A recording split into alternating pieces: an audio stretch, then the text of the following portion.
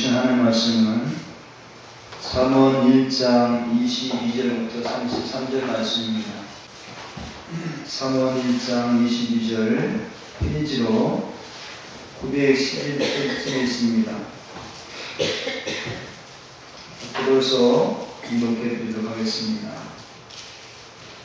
너희 어리석은 자들은 어리석음을 좋아하며 거만한 자들은 거만을 기뻐하며 미련한 자들은 지식을 미워하니 어느 때까지 하겠느냐.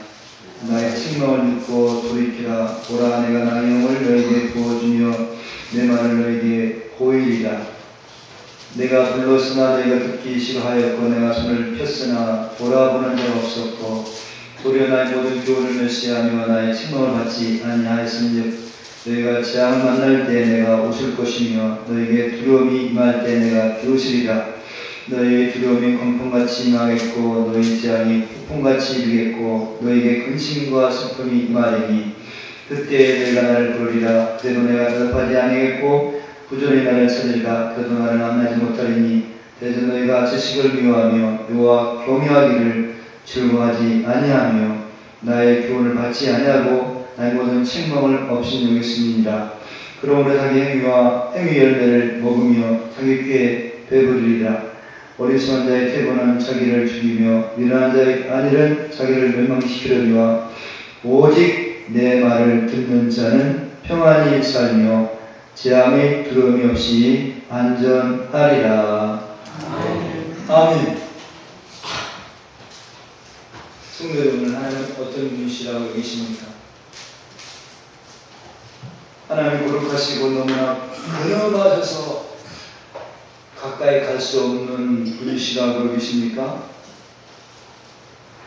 옛날 그 시대는 그랬습니다. 그러나 지금은 아닙니다. 물론 그 시대에도 하나님은 사랑으로 불탔던 분이십니다.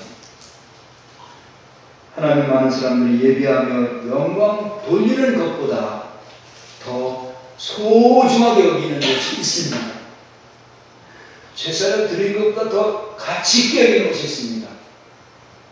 하나님 자체를 아는 것을 원합니다. 하나님은 사람들로 하여금 나는 하나님 때문에 삽니다라고 고백하는 그런 사람을 굉장히 기뻐하십니다. 한마디로 하나님은 형식적인 제사를 드리기보다 예배를 드리기보다 친밀한 교제를 나누시기를 원하는 것입니다. 하나님은 사랑의 하나님이시기 때문에 그 사랑의 관계 속에서 하나님을 만나기를 원하시는 것입니다. 구역에서 하나님과 가장 가까이 지냈던 사람을 소개하고자 합니다. 구역에서 하나님과 친밀히 지냈던 그 사람 중에 대표적인 사람이 다윗입니다. 나중에 바울은 신약 시대의 바울은 다윗을 평가하기를 하나님 마음에 합한 자다라고 이렇게 성령을 통해서 바울이 평가했습니다. 하나님 마음에 합했다고 하는 것은 하나님 다윗의 마음을 알고 다윗도 하나님 마음을 읽었다고 하는 것입니다. 하나님과 인간이 20년 심했다고 하는 것입니다. 놀라운 일이죠. 거룩한 하나님과 인간이 어떻게 통할 수 있겠습니까? 하나님 다윗을 사랑하기에 다윗이 범죄하여 침상에서 묘가 적실 정도로 자기 죄를 자복할 때 용서하셔서 왕권을 대대로 이어가게 하셨습니다. 사랑은 하나입니다. 하나님과 인간이 하나됨을 얘기하고 있습니다. 하나됨이라는 말은 친밀함입니다. 친밀함은 어떻게 유지됩니까? 사랑하는 상대방 속으로 자신이 푹 빠져들어가서 자기가 안 보일 때 하나 될 수 있는 것입니다. 자기가 사라져버린 형태가 바로 친밀한 사랑 형태입니다. 둘이 하나 된 상황이 되어버리면 둘이 부부지간에 남녀지간에 서로 하나 되어져 버리면 상대방이 옳은 것이 틀린 것이 옳다 틀렸다라고 하는 것이 안 보입니다. 그런 입장에 서지 않게 됩니다. 특히 부부 사이에서 위기가 찾아올 때는 서로 옳고 그름을 주장하게 되어진 것입니다. 그러나 사람 안에서는 법적인 옳고 그름이 성립될 수 없습니다. 사람 안에서는 그냥 그름이 안 보이는 것입니다. 잘못된 것이 안 보이는 것입니다. 요 하나님 이스라엘 백성들을 사랑하셔서 늘 함께 하고 싶으셨습니다. 늘 함께 같이 가고 싶으셨습니다. 그런데 이스라엘 백성들은 그 하나님의 사랑을 외면하였습니다. 대신하였습니다. 호세아서에서 이스라엘 백성들은 신랑 되신 하나님을 버리시고 다른 남편을 다른 사람을 찾아왔습니다. 다른 남편을 찾아왔다는 것을 이방신이라고 표시하고 있습니다. 하나님의 마음을 두고 살지 않고 이방신을 섬기고 이방신의 마음 빼앗긴 것을 남편을 버리고 달아나다라고 표현하고 있습니다. 이때마다 하나님은 자기 안에 있는 이스라엘 백성들이 다른 남자 품에 있을 때 찾아가서 다시 돈을 지불하고 빼낼 집으로 데려오게 되십니다. 하나님 아내를 사랑하기, 여기 아내는 이스라엘 백성 전체를 얘기하는 겁니다. 근데 이스라엘 백성 전체들은 하나님 사랑을 남편이 품이 싫다고 다른 남자 품에 안겨 있는 것입니다. 근데 다른 남편에 있으면 주기 싶던 있잖아요. 근데 하나님 다시 찾아가는 겁니다. 돈을 지불하고 또 빼앗아오는 것입니다. 집에 데려다 놓으면 또 나갑니다. 이스라엘 사람들이 나가면 하나님 또 찾아 나가서 데려와서 사랑하니까 함께 살자고 하는 겁니다. 함께 살자고. 끊임없이 용서하면서 말입니다. 이 말씀이 구약성경 호세아서에서 자세히 기록되어 있습니다. 그럼 이스라엘 백성들이 하나님 고맙습니다라고 하면서 그렇게 살아야 되잖아요. 하지만 이스라엘 백성들은 그렇게 하지 않았습니다. 하나님 마음을 무척이나 상했습니다. 자꾸 자기 품을 떠나서 세상으로 달려가는 그 모습들이 하나님 마음을 무척이나 속이 상했습니다. 얼마나 속이 상했으면 너희가 나를 불러도 대답하지 않겠다 하지. 그렇게 말씀해요. 얼마나 하나님 마음이 상하시면 너희가 나를 불러도 대답하지 않겠다. 부지런히 나를 찾아도 만나지 못하리라고 말씀하십니다. 하나님은 어떻습니까? 우리를 사랑하는 때문에 아예 깔난 애가 울기만 하면 엄마가 기르고 있다가 달려가듯이 하나님 우리를 그렇게 사랑하고 우리를 지켜보고 있는데 얼마나 하나님 마음에 상하시면 불러도 대답하지 않겠다는 얘기입니다. 부지런히 나를 찾아도 만나지 않겠다라고 하는 것입니다. 오늘 주신 말씀 가운데 속 상하신 하나님의 마음이 나타났습니다. 속이 상하신 하나님의 모습이 나타났습니다. 원래 하나님은 사랑이시라 주고 싶고 항상 같이 하고 싶으신 것입니다. 하나님은 우리 인간이 재앙을 만날 때 웃으시는 분이 아니십니다. 두려움이 올 때 비우시는 분도 아니십니다. 하나님은 두려움과 재앙을 만날 내리시는 분도 아닙니다. 하나님은 재앙과 두려움도 내리시는 분도 아니십니다. 그런데 재앙을 웃으시고 두려움이 있을 때 비우신다고 하는 데는 이유가 있습니다. 하나님의 마음이 인간의 죄로 말미암아 속이 너무너무 속이 상하셨기 때문에 그렇습니다. 왜 하나님은 속이 상하셨을까요? 하나님은 택한 사람들을 아들로 여긴 분이 아들로. 하나님 이스라엘 백성들 애굽에서 종살이 하는 그 이스라엘 백성들을 아들로 되어준 겁니다. 물론 그 이스라엘 백성들이 아버지로 하나님 되어지는 않지만 말입니다. 아들로 되어준 겁니다. 아들로 불렀으나 듣기를 싫어했기 때문에 하나님 속이 상했습니다. 하나님 사랑한다는 제스처로 날마다 손을 폈으나 이스라엘 백성들은 거절하였기 때문에 속이 상하셨습니다.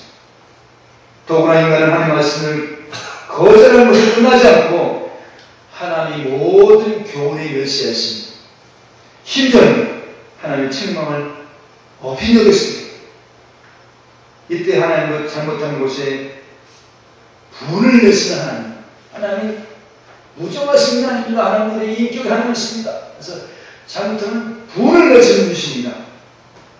그래서 호세아 6장에 보면 하나님도 이스라엘 백성들을 잘못했을 때 찢으십니다. 그리고 치셨습니다. 하지만 하나님 그 분을 오래 가지지 않으셨습니다. 이틀 후에 하나님 서셨고 셋째 날에 이를 그시어 세우셨습니다. 실제로 하나님의 인간이 하나님을 멸시하고 없이 여기는 사람을 하나님도 싫어하십니다. 그러나 하나님을 존중히 여기는 사람을 하나님이 존중히 여기십니다. 하나님을 배신하면 30대까지 저주가 임한다고 하는 것입니다. 그런데 하나님을 존중히 여기는 사람들은 1000대까지 이뤄주신다는 것입니다. 3대, 3, 4대하고 1000대까지는 비교가 안 되죠. 존중히 여기면 1000대까지 하나님이 함께 하시겠다고 약속하신 것입니다.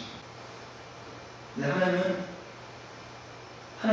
우리는 하나님을 이렇게 존중히 여겨야 되는데 사람들은 하나님을 없이 여기고 무시하고 멸시하고.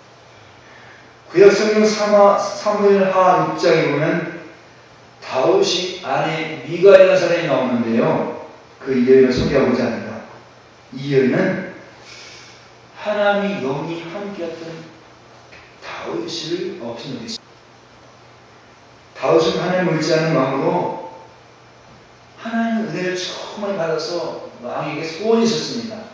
그 소원이 뭐냐면 하나님 함께해서 법궤가 다른 데 가 있습니다. 법궤를 자기가 있는 곳에 안치하고 싶었습니다. 그래서 법궤를 모시는 일들을 이제 전체 따라서 하다가 아주 혼이 나버렸습니다. 법궤를 모시러 오는데 하나님 법을 몰라서 소에다가 법궤를 모시고다가 무사가 법궤가 흔들린 것을 보면서 덥석 잡았는데 그냥 무사가 죽어버렸습니다.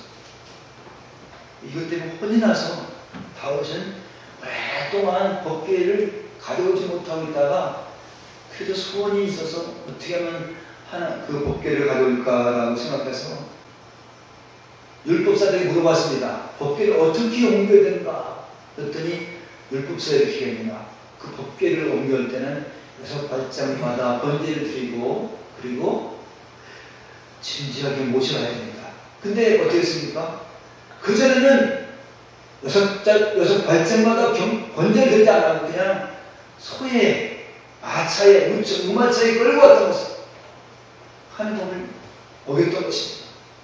이번에는 6발짝마다 하나님께 번제 드리고 또 감사합니다. 우리 군에 감사합니다는 고백하면서 그러면서 법궤를 옮겨왔습니다. 그래서 너무나 다윗은 감격하고 기뻐서 하나님께 찬송하고 경배하고 춤을 추는 겁니다. 근데 춤을 추는데 자신도 모르게 아랫바지가 늘고 근데 왕궁의 길을 앞에 지키고 있던 그 다윗의 아내 미갈이 아니 체중머리 없게 왕이 백성들 앞에서 아랫바지가 내려가는 줄 모르고 막 찬송하니까 법궤를 안치시고 다 마치고 돌아오는 다윗을 향해서 어찌 왕이 체중머리 없게 그렇게 백성들 앞에 그렇게 춤을 추며 그렇게 지냈습니까? 라고 없이 묻겠습니다. 그때 다윗이 이렇게 고백합니다. 내가 이렇게 춤을 춘 것은 요 하나님 앞에서 한 것입니다. 하나님 나를 이스라엘 통치자로 삼으셨으니 어찌 찬양하지 않으랴. 내가 하나님 앞에 춤을 추어 찬양한 것을 누가 막으랴. 당신 나를 없이 여기기보다 당신도 요 하나님을 위해서 구원받았으니 함께 찬양한 것이 마땅하지 않느냐. 근데 어찌 나를 없이 여기요 라고 그렇게 다윗은 미갈을 책망합니다. 그리고 그래서 다윗은 미갈을 폐위시켜버립니다. 그래서 미갈 왕비는 죽는 날까지 자식이 없었습니다. 이 말은 무슨 말입니까? 죽는 날까지 다윗은 친밀한 사랑을 맛보지 못했다고 하는 것입니다. 구약성경 말하기 1장에 보면 하나님은 끊임없이 이스라엘 백성들을 사랑했다고 얘기합니다. 사랑한다고. 이스라엘 백성들은 하나님 어찌 우리를 사랑하십니까? 사랑하는 표시를 내보십시오라고 이렇게 이스라엘 백성들이 대답합니다. 하나님은 이스라엘 백성들을 이렇게 사랑한다고 호세아 11장에서 말씀하고 있습니다. 내가 어렸을 때 내가 사랑하여 아들을 취급해서 애굽에서 불러내었다. 종에서 보내줬다. 하지만 넌 내가 선지자 통해서 계속 부르면 부를수록 너는 나를 멀리하고 바알들에게 제사하고 분양하였다. 그럼에도 불구하고 내가 걸음을 가르쳤고 내 팔로 안 했음에도 불구하고 내가 그들을 고쳐서 자라게 해주는 공을 알지 못하였다. 하나님 사랑해 주고 그들을 이끌었고 그들에게 대하여 그 목에서 멍에를 벗겨줬고 그들 앞에 먹을 것을 주었다. 라고 말씀하십니다. 그런데 이스라엘 백성은 하나님께 돌아오기를 싫어했습니다. 끝내 내게서 돌아오지 못하고 물러나겠다고 그렇게 이스라엘 백성들은 하나님을 놀렸습니다. 그들은 하나님의 사랑의 품에 만족하지 않았습니다. 그래서 저 백성들을 칼로 성읍을 치며 빗장을 깨뜨려 없애버리겠다고 하나님께서 말씀하셨습니다.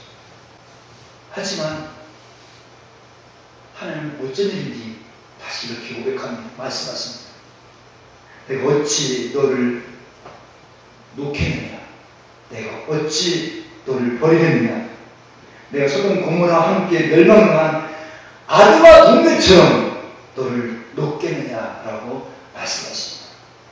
그러면서 내 마음속에 금일이 불문을 타여 진노를 거두시겠다고 말씀하십니다. 그리고 에브라임을 멸하지 아니하겠다고 말씀하십니다. 하나님 자신이 이스라엘 백성들이 범죄한 이스라엘 백성들을 찢어야 되고 쳐야 되는 하나님의 분노를, 하나님의 진노를 금일로 바꾸셨습니다. 이렇게 하기까지 하나님은 어떤 마음을 가졌을까요? 진노를 쏟아대는데 하나님 불쌍히는 금일로 바꾸셨을 때 그 하나님 마음속에는 어떤 마음을 가졌을까요? 자신이 백성들의 죄의 짐을 짊어지고 죽는다는 말입니다. 하나님 분노를 쏟아내는데 자신이 백성들의 잘못을 짊어지고 죽는다는 말입니다. 하나님 자신이 고난을 당한다는 말입니다. 이 말씀 속에 하나님이 진정한 진면목이 있습니다. 하나님 너무나 마음에 아프셔서 남편이 더 이상 바람 피우는 아내와 더 이상 살 수 없다고 단정 짓고 이혼을 결심합니다. 발라드에서 말입니다.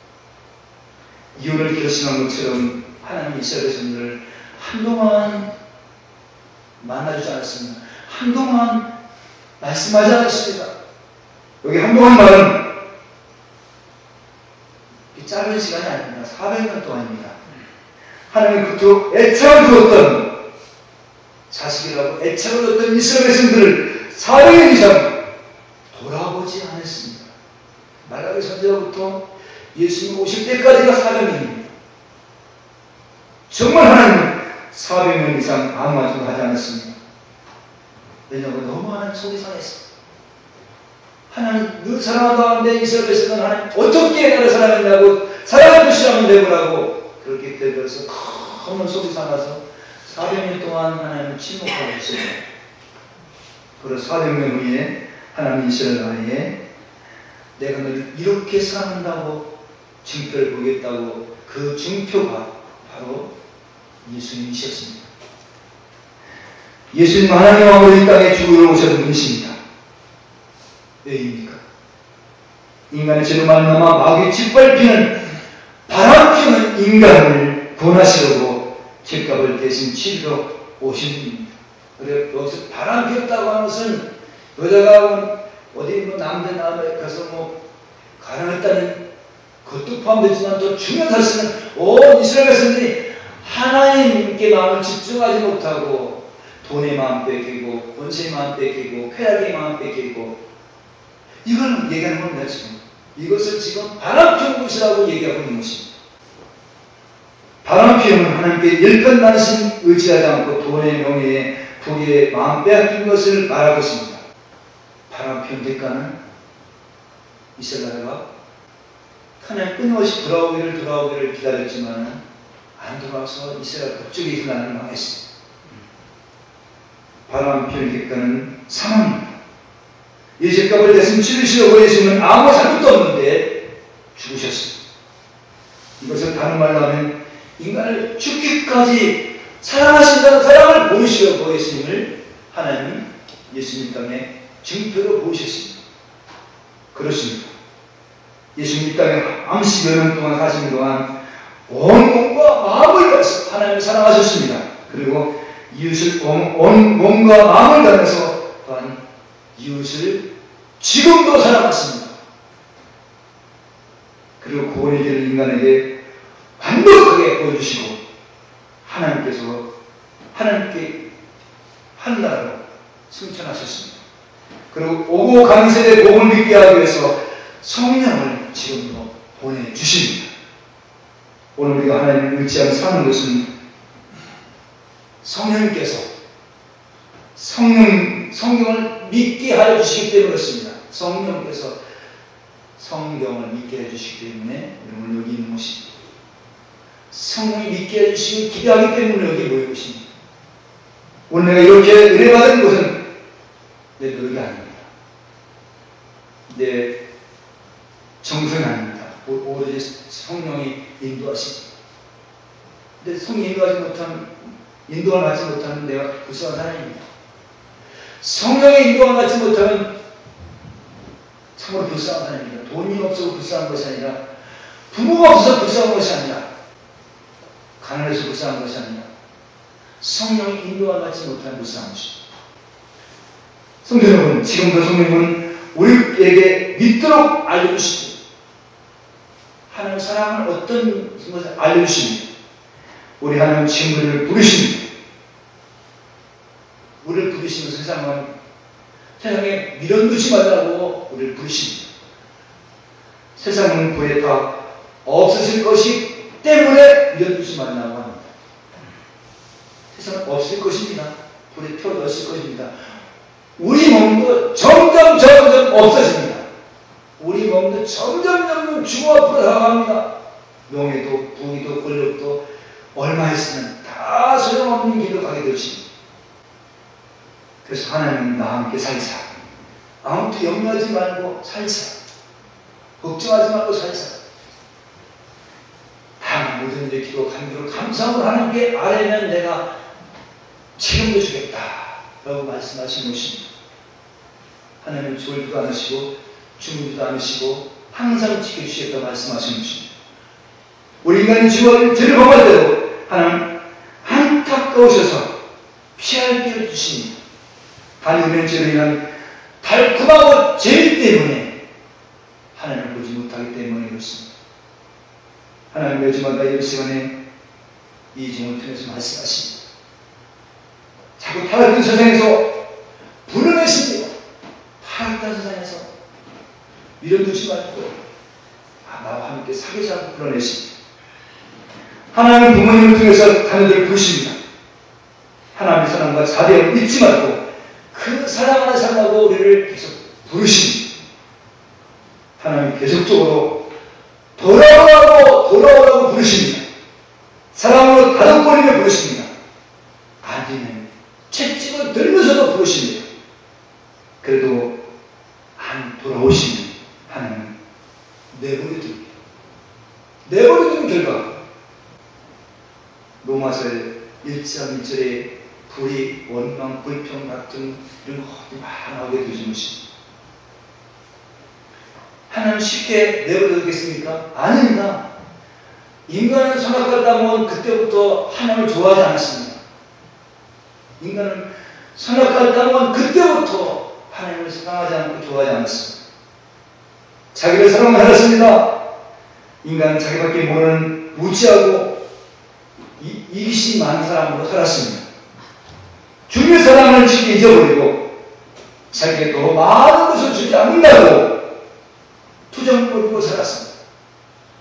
이런 우리가 지금도 하나님 분노를 쏟으면서 죽게 하고 싶지만 당신 자신을 죽이는 고난을 감수하면서 돌아오기를 기다리고 있습니다. 구약에서 이스라엘 백성들을 400년 동안 기다렸습니다. 신약 예수님은 2000년 동안 지금도 기다리십니다. 택한 백성들이 모세와 선지자 주의 종들을 통해 전해지는 복음을 통해 돌아오기를 기다리고 있습니다. 하지만 머지않아 돌아오지 않은 사람에게 돌로 심판하신다고 마지막 예언을 남겨놓고 있습니다. 정말 우리 마음속에 하나님 두기를 좋아하십니까? 하나님 마음 두기를 좋아하십니까? 그렇지 않아요. 하나님께 마음 두기를 싫어합니다. 마음도 싫어하면 내버려 두잖아요. 내버려 두어야 될 것이 마땅하잖아요. 근데 하나님은 우리 택한 사람들을 정말 내버려 두기를 원하지 않으시는 분이십니다. 하나님은 아버지와 아들처럼 사랑하는 남편과 아내처럼 친밀하게 지내기를 원하시는 것입니다. 정말 친밀한 관계가 되어지면 부러울 것이 없는 누림의 삶을 살게 된 것입니다. 친밀한 관계가 되어지면 아버지와 아들처럼 한번 사귀어보자 라고 하는 우리를 부르신 겁니다. 내가 남편이니까 난 남편 되어야지 난 아내를 날마다 품어주겠다라고 말씀하신 것입니다. 그런 관계가 되어지면 두렵지 않은 영혼의 자유함을 갖고 살게 되어진 것입니다. 오늘 저는 하나님께서 여러분을 부르시는 말씀이 들려지기를 소원합니다. 하나님께서 여러분이 부르시는 그 음성을 들려지기를 소원합니다. 잠언 1장 33절에 내 말을 듣는 자는 평안의 자녀 재앙의 두려움이 없이 안전하리라는 이 말씀이 성취되기를 축원합니다. 정말로 나를 세상에 보내시고 수많은 풍랑 가운데 지금까지 인도하신 하나님을 내가 유능하고 어리석고 하나님 부르심에 듣기를 싫어했다고 그 재앙에 대해서 돌아서기를 하나님은 지금도 찾으신 것입니다. 여기서 돌아선다는 말씀은 세상을 사랑하는 마음에서 하나님을 사랑하는 마음으로 하나님과 친밀히 기도해서 교제하는 것을 말하고 있습니다. 하루의 짧은 시간에나마 정기적으로 마음을 쏟는 그래서 기도를 교통하고 있는 것을 말씀하고 있습니다. 하나님은 안나 여인처럼 평생을 교회에서 금식하면서 그렇게 기도한 사람도 또 하나님은 세우시지만은 모든 사람들은 선생 동안 형같이라고 하지 않으십니다. 다만 하나님은 은혜 받은 택한 사람들에게 친밀한 교제를 원하십니다. 바쁜 터 속에서도 땀을 훔치면서도 일하다가 허리를 피면서도 잠시 짬을 내서 밭에서 일하다가 간식을 먹으면서도 그때 하는 친밀한 교제를 원하시는 겁니다. 그 이유는 하나님이 가지고 있는 모든 것 하수하지만 다 주고 싶기 때문에 그렇습니다. 아무튼 하나님의 부르심 가운데 하나님과 연합된 삶을 통해 평안과 안전하게 남은 생애가 되어지기를 주님의 이름으로 축복합니다. 기도드리겠습니다.